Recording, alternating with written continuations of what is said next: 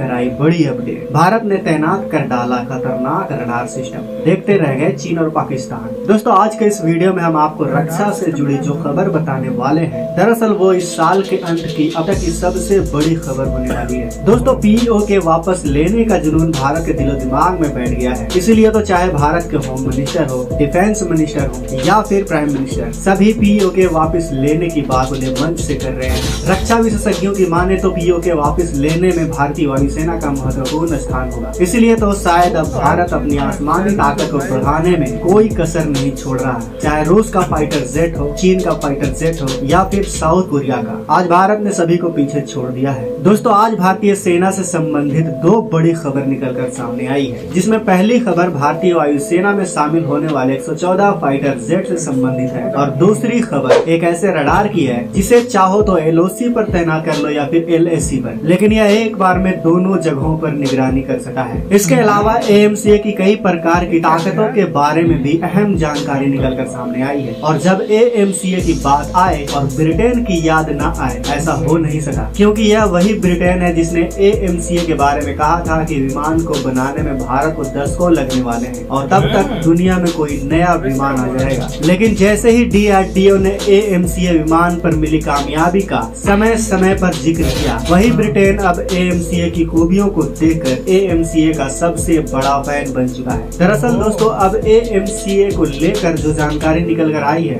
वो आधिकारिक खबर है और इसकी जानकारी खुद एएमसीए निर्माण प्रोग्राम के डायरेक्टर कृष्णन नीली जी ने दी है। वीक मैगजीन को दिए एक इंटरव्यू में कृष्णन जी ने जो खुलासे किए हैं उससे चीन पाकिस्तान के होश उड़ गए हैं। एएमसीए पर कृष्णन जी ने क्या खुलासा किया है यह हम वीडियो के आखिर में जानेंगे। पहले हम भारत के सबसे बड़े लड़ाकू विमान के डील के बारे में जानते हैं। दोस्तों भारतीय वायुसेना में अब तक $30 मिलियन के 114 फाइटर एयरक्राफ्ट शामिल हो चुके हैं। वहीं 114 और मल्टी रोल लड़ाकू विमान के निर्माण के लिए भारतीय वायुसेना के देश के अंदर विमानों के उत्पादन के लिए रणनीतिक मॉडल पर via global make in India route को पसंद कर रही है। अब आप सोच रहे होंगे कि विया ग्लोबल मेक इन इंडिया आखिर है क्या। आपको बता दें कि विया ग्लोबल मेक इन इंडिया विदेशी हथियार सिस्टम के अधिग्रहण को आसान बनाने के लिए 2022 में प्रदान की गई खरीद प्रक्रिया की एक कैटेगरी है। देश में उनका उत्पादन रक्षा कार्यक्रम में मेक इन इंडिया के तहत होगा। लेकिन दोस्तों यहाँ पर सवाल यह भी है कि 114 लड़ाकू विमान में वो कौन कौन से फाइटर एयरक्राफ्ट हैं जो भारतीय वायुसेना में शामिल होने जा रहे हैं। रक्षा मंत्रालय की ओर से दी गई जानकारी के अनुसार 2020-21 के दौरान 76,000 करोड़ की घरेलू खरीद हुई है। वहीं विदेशों से 42,000 करोड़ रुपए की रक्षा सामग्री खरीदी गई। वहीं अब 3 अमेरिकी लड़ाकू विमान F-15, F-18 और F-21, रूसी एयरक्राफ्ट MiG-35, Su-35, फ्रेंच का रफाल फाइटर एयरक्राफ्ट, स्वीडिश का ग्रिपेन और यूरो फाइटर टाइफून के भारतीय वायुसेना में शामिल होने की उम्मीद है। आपको बता दें कि भारतीय वायुसेना को स्वदेशी LCA तेजस और 5th जनरेशन के फाइटर एयरक्राफ्ट के साथ 114 MRCA प्रोजेक्ट को भी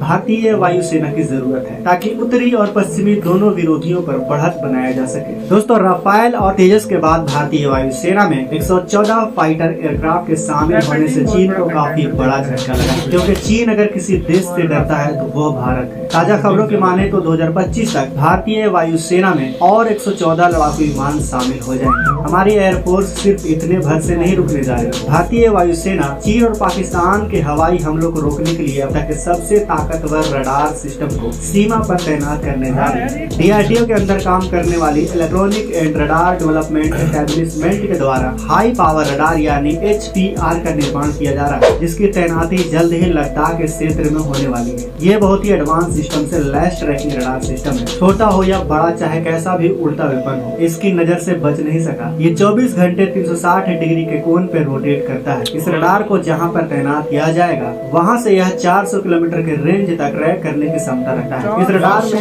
ECCM फीचर लगाए गए हैं, जिसकी मदद से यह उस क्षेत्र की ओर टर्न कर जाता है जिस क्षेत्र में कोई भी जरा से भी सुगबुगाहट देखी जाती है। ये रडार लो एल्टीट्यूड और हाई एल्टीट्यूड दोनों तरफ सटीकता से काम करने में सक्षम है। इस रडार में लगे सेंसर दुश्मन के हमलों को मात्र कुछ सेकंड में ही डिटेक्ट नहीं करते, बल्कि उनकी सटीक दूरी को भी कैलकुलेट कर देते हैं। LDRW के रिपोर्ट के मुताबिक जल्द ही इस रडार की तैनाती चीन के खिलाफ की जाने वाली है। इसके तैनात होते ही भारतीय सेना अरुणाचल प्रदेश से लेकर लद्दाख तक आने वाली आसमानी खतरों को ट्रैक करने में सक्षम हो जाएगी। इसकी तैनाती से सीमा के पास चीन जो भी गतिविधि करेगा उसकी जानकारी भारतीय सेना के पास होगी। अब बात करते हैं भारत के उस एयरक्राफ्ट की जिसको बना तो भारत रहा है, लेकिन उस पे अमेरिका, चीन, रूस समेत ब्रिटेन तक की निगाहें टिकी हुई है। दरअसल दोस्तों आपको बता दूं कि कृष्णन नीली जी ने द वीक न्यूज को एक इंटरव्यू दिया। उसमें उन्होंने AMCA पर बड़े बड़े खुलासे किए। उन्होंने AMCA के रफ्तार के बारे में बताया कि यह एयरक्राफ्ट 2.15 मैक की स्पीड से उड़ने में सक्षम होगी, यानी कि ध्वनि की गति से 2 गुना ज्यादा। आपको बता दें कि अभी अमेरिका का